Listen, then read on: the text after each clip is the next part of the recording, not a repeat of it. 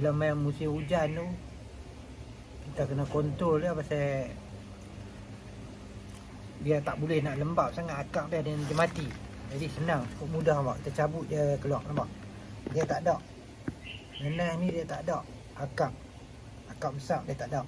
Dia tak ada akak tunjang. Semua akak dia halus-halus je. Okey. Jadi cukup mudah kita angkat dia pada pasu tu.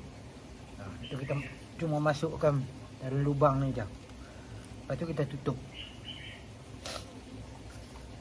Okey. Tu kita dah masukkan dia tu dalam pasu tu. Kita cuma